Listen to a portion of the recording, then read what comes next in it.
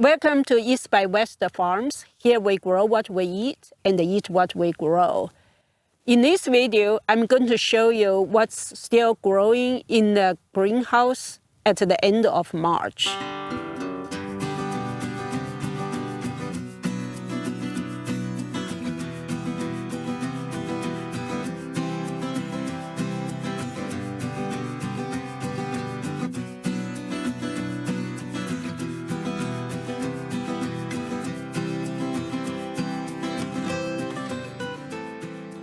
First, before I show you what's inside the greenhouse, let me show you what was in the greenhouse. You see all these tofu boxes over here. These are the seedlings that was sprouted inside the greenhouse. I actually seeded them in January, like about 1 week before the ice storm hit. Even though the greenhouse was not heated, they survived the ice storm, and 2 weeks after that, they sprouted. Now the weather is warm enough that I move them outside, and then I will start to slowly transplant them into the ground. What I have here are the watermelons, so I have quite a few boxes of watermelon. These are different variety of tomatoes, about 20 apple trees from the apples that we ate. Actually, we bought the apples from Walmart, and when we ate the apple, the seeds was already sprouting inside. So we just planted the seeds, and now I got 20-something apple trees. I also got some goji berries. They are still quite small, and some lavenders that also sprouted. Most of the seeds that I seeded before the ice storm sprouted, except some squashes. So that's why inside the greenhouse, I still have some squash seeding to get started. So let's go in and see what else are in the greenhouse.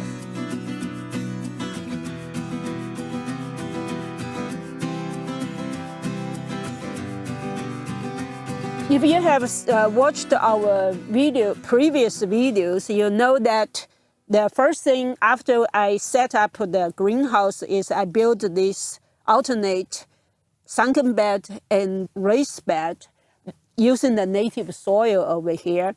The idea is to get some vegetable and microgreens going fast so that we can bridge the gap between winter, which we don't have much vegetables.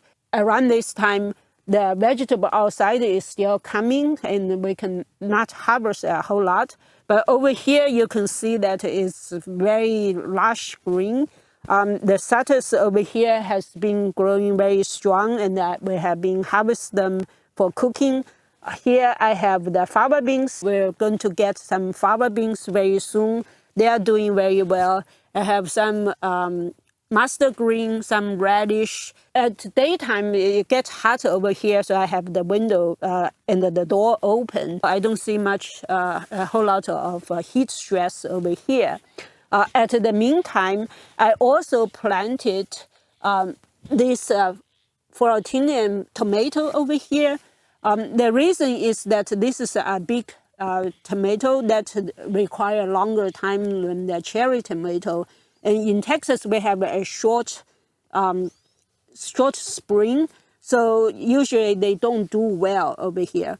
But by planting the Florentinian in the greenhouse, what I can do is they get warm faster, so they can grow in earlier. And then when the weather gets warm, I'm going to take the cover of the greenhouse off and put shade cloth. That we can extend the growth season for this tomato and finally get some big tomato instead of just cherry tomato over here. These are basically microgreens that grown from the seeds of the butternut squash we ate. We had so many butternuts last year that it lasted for a while, and we end up with lots of seeds as well. put the seeds over here. So there are tons of seeds over here. Now they are sprouting pretty well. Some are getting big real leaves. Now that I can come here and harvest this, that basically is now our main staple for leafy greens around this time. Hiding among all this squash seedling, here is this chayote. I put 4 chayotes down before the ice storm. 2 of them sprouted, even though you can see there are some damage. Half of them get damaged by the ice storm.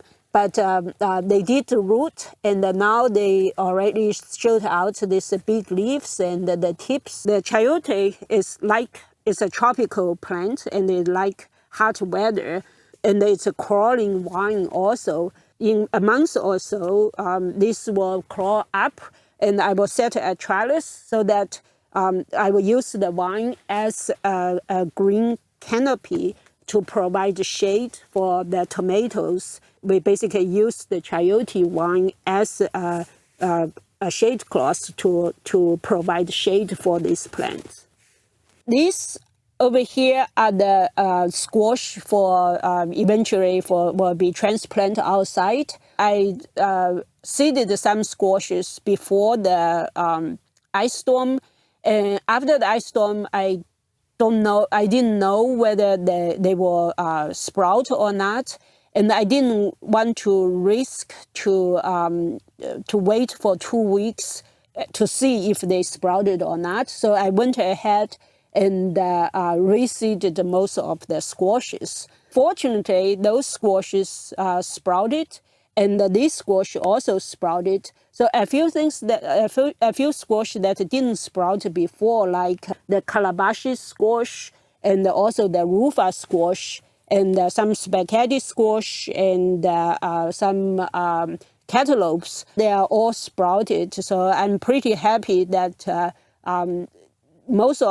pretty much all the squash that I seeded, I got some plants out. The only thing that has not come out yet is the bitter melon squash, and those usually take much longer to sprout. Eventually, they will come out. Other than that, now we have pretty much all the squashes that I want to sprout. We still have a few nights of cold nights next week. So I'm going to leave them in here, especially like the loofah and the calabash. They like warm weather. So they seems to be happy here, and I'm going to leave them for now and then transplant them later. In this tray here are the sesames. I found out that sesame oil can be used for as a pesticide because I bought a bottle of organic pesticide from Home Depot, and I read the ingredients. The active ingredients actually is just sesame oil. So I did some search online, and I actually find some peer-reviewed journal articles to study how to use sesame as organic pesticides. From what I read, is that sesame does not like very wet. They need moisture to germinating, but then after that, they really like it dry. So that's why I have it in the greenhouse, even though they probably don't need a high temperature, warm temperature to germinate. Inside the greenhouse, I can control the watering so that they don't get too wet. From what I see, they seem to be pretty happy. So I will leave it here for a little while until our rainy season is over before I transplant them out. On this section, I started building another raised bed, basically by just digging the dirt up from the walkway and pile it over here. Underneath here, I have the tropic plants that like it warm but don't like direct sun. In this section, I have some turmeric, and underneath here, I have gingers. They haven't come out yet. Usually ginger, even though you see the eyes that they are ready to come out, but it take a while for them to settle root and then push out. That's why I can still put some tray on top of it, because I know it's going to take them a while to come out. The ginger is kind of tricky because they need warm temperature to sprout, but the leaves are very tender, and if the sun is very strong, it gets burned. It's nice to have them grow in the greenhouse, because then you can control the shade with shade cloth. In this tray, of course, just some cut flowers and basil, that basically the stuff that didn't sprout well or didn't have enough. So I'm still sprouting them inside. I have some peppers, amaryllis. There are some sunflowers over there that I can see they sprouted. We're at the end of the greenhouse. In this section, Petri cuttings and Yupan holly cuttings. I showed you in the previous video that for this Petri cuttings, they were kind of like sticks. But now that you can see, a lot of them have leaves already, and they look very healthy. I think they are taking roots. Look like putting them in the greenhouse made a huge difference. Last year, I planted the same way, but they were not in the greenhouse, or we have to take them out of the greenhouse, and none of them survived. But this year, look like inside the greenhouse, they are really doing very well. Some flowered and still pushing out new leaves.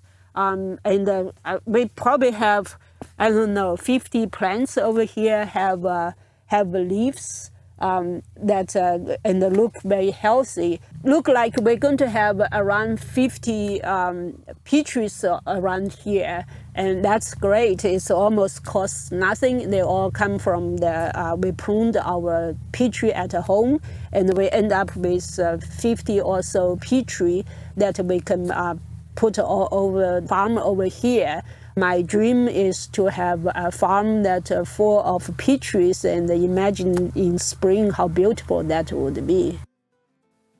In this video, I showed you what are growing in the greenhouse at the end of the May. It helped a lot with the cuttings and also with sprouting different seeds and the plants.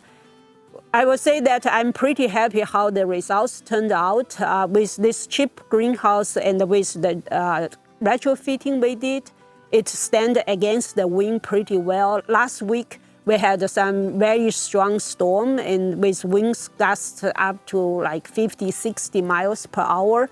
And amazingly, the greenhouse stands against that kind of wind very well. I can see that we're going to use this greenhouse a lot. It's definitely worth the money. I hope you enjoyed this video. If you did, please give me a thumb up. If you have any questions or comments, please leave it down below. If you have not done so, please hit the subscribe button to follow our journey with the East by West Farms.